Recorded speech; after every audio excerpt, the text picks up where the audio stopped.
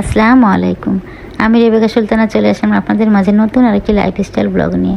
আজকে শুক্রবার সকাল সন্ধ্যা 7টা থেকে আমি ভিডিওটা শুরু করেছি। সারাদিনে অনেক কাপড় কেচে নিয়েছিলাম, সেগুলো দেখেন সুন্দরভাবে যার যার আলমারিতে গুছিয়ে রেখে দিচ্ছি।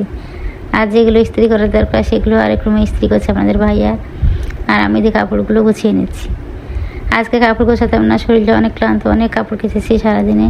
হঠাৎ করে মোবাইল করেছে মেহমান আসবে তারপরের দিন সকালে। কী করবো, রাত্রেই গুছিয়ে নিচ্ছি, না হলে তো আর গোছানো যাবে না। ঘর একবার এলোমেলো হয়ে আছে, কাপড় কেচে খাটের পর সব রেখে দিয়েছিলাম।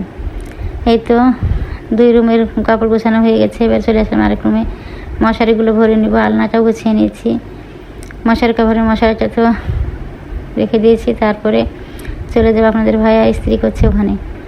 এই যে অনেকগুলো প্যান্ট ইস্ত্রি করা হয়ে গেছে, এবার শার্টগুলো করবে। আমার 3 পিসও আছে, অন্যগুলো অনেক আছে। এই তো অনেকগুলো প্যান্ট ইস্ত্রি করা হয়ে গেছে।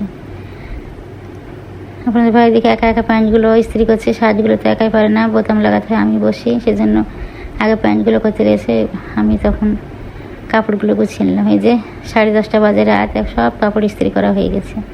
বিছানার পর শার্ট করে রেখে দিয়েছি, পরের দিন সকালে আলমারি তুলে নেব। পানি দিয়ে ইস্ত্রি করলে শার্ট ভাগ করে রেখে দিতে হয়।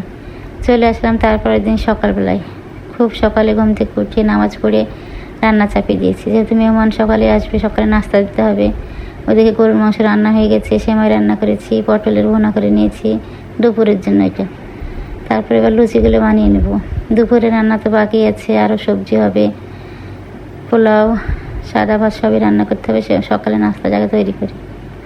আমার ভিডিও যদি আপনাদের এতটুকু ভালো লেগে থাকে তাহলে প্লিজ লাইক, কমেন্ট, সাবস্ক্রাইব করে দেবেন। আর যদি ফেসবুক পেজ থেকে দেখে থাকেন শেয়ার করে দিয়ে আমার সঙ্গেই থেকে যেতে পারেন।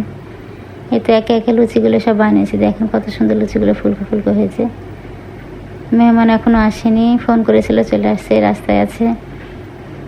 আমি লুচিগুলো তাড়াতাড়ি করে বানিয়ে নিচ্ছি, আসলেই তো নাস্তা দিতে হবে সকালের।